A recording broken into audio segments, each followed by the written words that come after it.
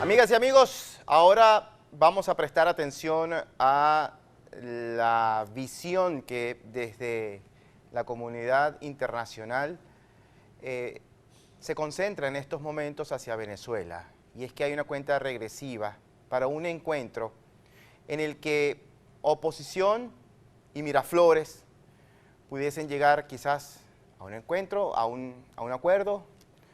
¿Cuáles son las probabilidades de aliviar la crisis venezolana ante esta apuesta adicional en el que muchos venezolanos quizás no comparten, en el que otros apuestan todo para por fin ver alguna rendija de alivio para la difícil situación que atraviesa nuestro país? Vamos a consultar la opinión de un experto.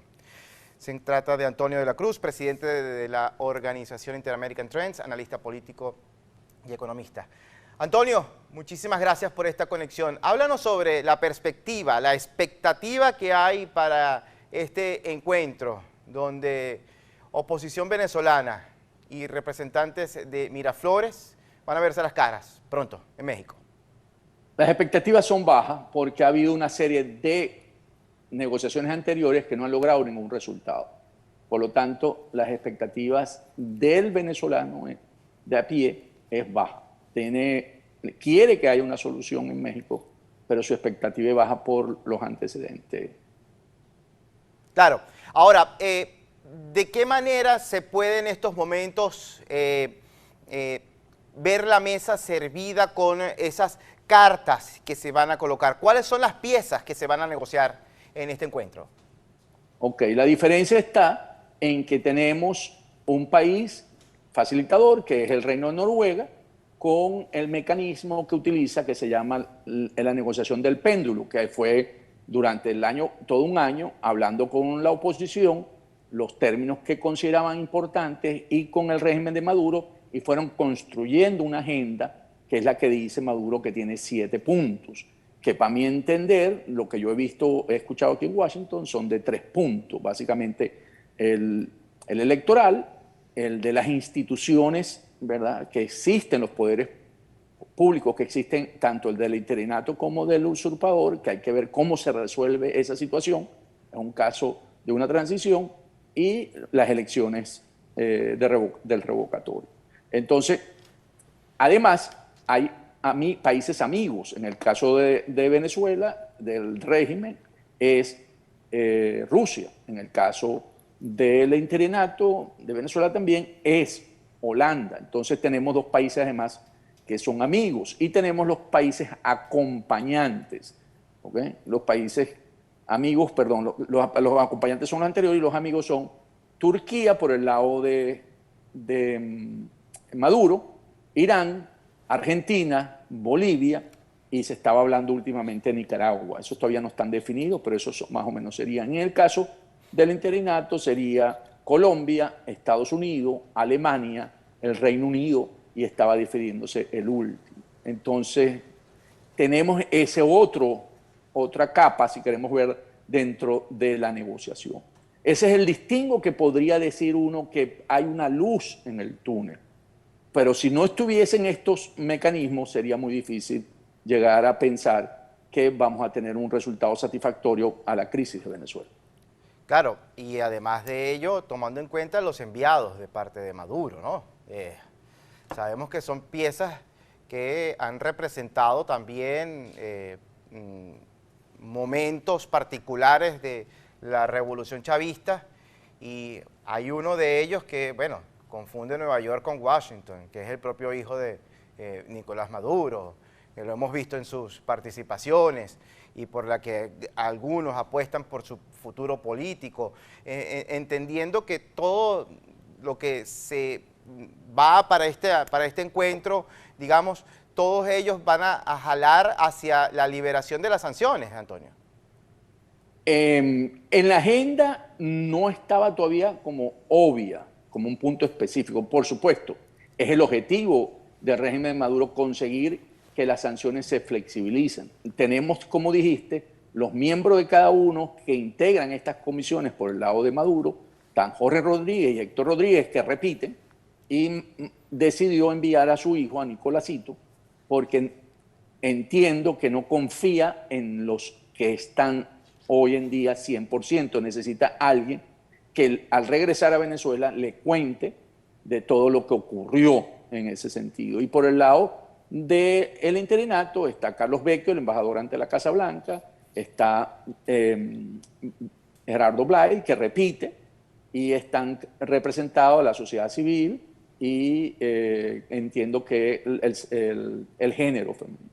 Entonces, creo que vamos a tener elementos y lo que se va a hacer este viernes o este fin de semana, si se alarga, es firmar un memorando de entendimiento entre las dos partes para precisamente amarrar esos puntos y que no ocurra lo que ha pasado anteriormente, que se levantan y no llegan a un acuerdo, aunque siempre se dice que no se llega al final si no se acuerdan todas las partes. O sea, si no se acuerda todo, no se llega al final. Sin embargo, en el pasado, con esa misma condición, se levantaron. Antonio, interesante lo que mencionabas, que Nicolás Maduro entonces no confía en sus enviados y tiene que mandar entonces a este muchacho. Así es, porque ¿qué ocurre? Fíjate, hay que tomar en cuenta una cosa, que tanto Héctor Rodríguez como Jorge Rodríguez no tienen sanciones por parte de los Estados Unidos. No hay ninguna sanción que uno conozca. Entonces, ¿qué pasa? Al estar libre de sanciones, ellos podrían tener y estar ahí, el representante de los Estados Unidos podrían tener acercamiento, porque como ocurre en toda negociación, se dan y sucede que, bueno, hay reuniones paralelamente. Entonces, el que se reúna Jorge o Héctor con el representante de los Estados Unidos generaría mucho nerviosismo por el parte de Maduro, ¿no? Porque podrían estar llegando a algunos acuerdos que a él le puede pensar que no son favorables a su posición. Entonces yo creo que esa es la intencionalidad de Nicolásito, porque si eso ocurriese, Nicolásito tendría que ser invitado a esas reuniones porque lo va a exigir y escucharía las conversaciones que se hagan en ese sentido. Porque considero que es lo único que le puede tener miedo, porque el resto de los países se pueden reunir con ellos, pero el embajador, el que vaya por Estados Unidos, si tuviese sanciones no se podría reunir con ellos porque tú sabes que las sanciones lo prohíben. Antonio, tenemos que hacer una muy breve pausa. Te pido por favor que nos aguardes tan solo unos instantes para regresar con esta conversación. Sostenemos entrevista con Antonio de la Cruz. Él es analista político económico y también directivo de la organización Inter-American Trends. Amigos, continuamos y retomamos la comunicación vía digital con Antonio de la Cruz, analista político económico, directivo de la organización Inter-American Trends. Antonio, otra expectativa que existe en estos momentos en Venezuela y que la comunidad internacional también está enfocada es sobre la realización de elecciones el próximo mes de noviembre. Unas elecciones en las que van a tener el mismo árbitro, un Consejo Nacional Electoral en el que nadie confía, y en el que ya comienzan a circular informaciones sobre presunta liberación de inhabilitaciones. Esto puede abrir entonces la posibilidad de que algunos a quienes se les coartó la participación política puedan hacerlo ahora, pero ¿quiénes de ellos darán ese paso en medio de una situación en la que sabemos cómo son los comicios en nuestro país, totalmente condenados a la corrupción?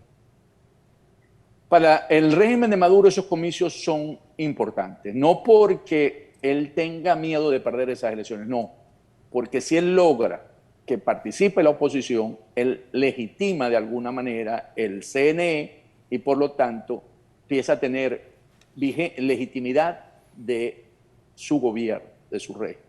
Entonces, él básicamente quien tiene esta propuesta de elecciones que acompaña el 21 de noviembre, que están convocadas por un órgano írrito, porque es producto de un CNE desconocido por más de 50 países que apoyan el interinato, es Josep Borrell de la Unión Europea y Enrique Capriles Randós, quien es el operador local, ¿no? de Venezuela. Entonces, esta iniciativa lo que busca es decir que van a ocupar espacios políticos a lo largo para construir de nuevo una fuerza que pueda llegar a Miraflores. Entonces, lo importante del 21 de noviembre es que si eso se da, no puede ir solo, no puede ser acompañado solo, tiene que ser con un referendo revocatorio, tiene que ir amarrado y eso debería ser conversado en México, porque es lo que te da la solución a una ecuación que se necesita resolver, reconstruir la democracia en Venezuela. Porque si se da solo el 21 de noviembre, el interinato perece a finales de este año, porque no va a tener cómo sostener su posición frente a actores que vayan a participar del G4, que casi seguro están participando. Y en la trampa de Maduro está que quiere que se inscriban los candidatos que están en el cronograma electoral entre esta semana y el 29 de agosto. Por eso él necesita, porque una vez que eso se logre y si no se da un resultado favorable para una propuesta de un calendario electoral que incluya el referendo revocatorio y tome la decisión el interinato de levantarse de esa negociación, los candidatos inscritos no le van a hacer caso a los líderes del G4 y van a quedar muy divididos. Antonio, el planteamiento de un referendo revocatorio para esas elecciones tiene que pasar por ciertos pasos hasta los momentos, o solamente se incluye la pregunta para luego activarlo en este caso? No, habría varias maneras, ¿no? El planteamiento, entiendo, que va a México es adelantar las elecciones presidenciales para no llamarlo revocatorio.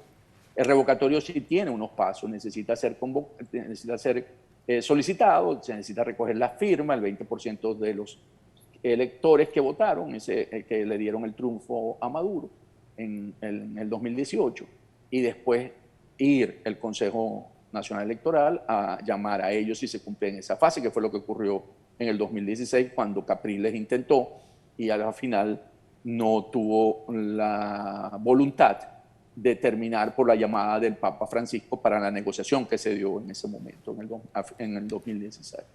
Entonces, estamos ante esa disyuntiva, pero sería la jugada que permitiría, vuelvo a decir, no es las elecciones de noviembre por sí solas no tienen ningún sentido. Sería en combinación con un referendo revocatorio la que podría darle una solución a la crisis de Venezuela. El resto es seguir en lo mismo porque va a costar. Sin embargo, Maduro va a presionar a la comunidad internacional y aquí va a ser un rol muy importante por parte de la Unión Europea a través de Josep Borrell, que en Venezuela se consiguió un camino dentro de los venezolanos para ir superando la crisis interna a través de este proceso electoral, si se diese el 21 de noviembre, con la oposición. Si obtiene 8, 10 gobernaciones y 80 alcaldías, se diría que esa es la manera de ir creando, de ir ocupando espacio, que es lo que ha definido así Enrique Capriles Randazzo. Antonio, muchísimas gracias. Gracias por acercarnos a esta perspectiva de análisis y entender un poco los próximos acontecimientos que en tan solo días comienzan a desarrollarse y también prepararnos para escenarios completamente inciertos, lo que puede ocurrir el próximo mes de noviembre. Un gran abrazo a la distancia. Cuídate mucho, Antonio, por favor. Gracias por la invitación, un placer. Igualmente, hasta la próxima. Era Antonio de la Cruz, conectado desde Washington, D.C. Él es directivo de la Organización Inter-American Trends, es analista político económico.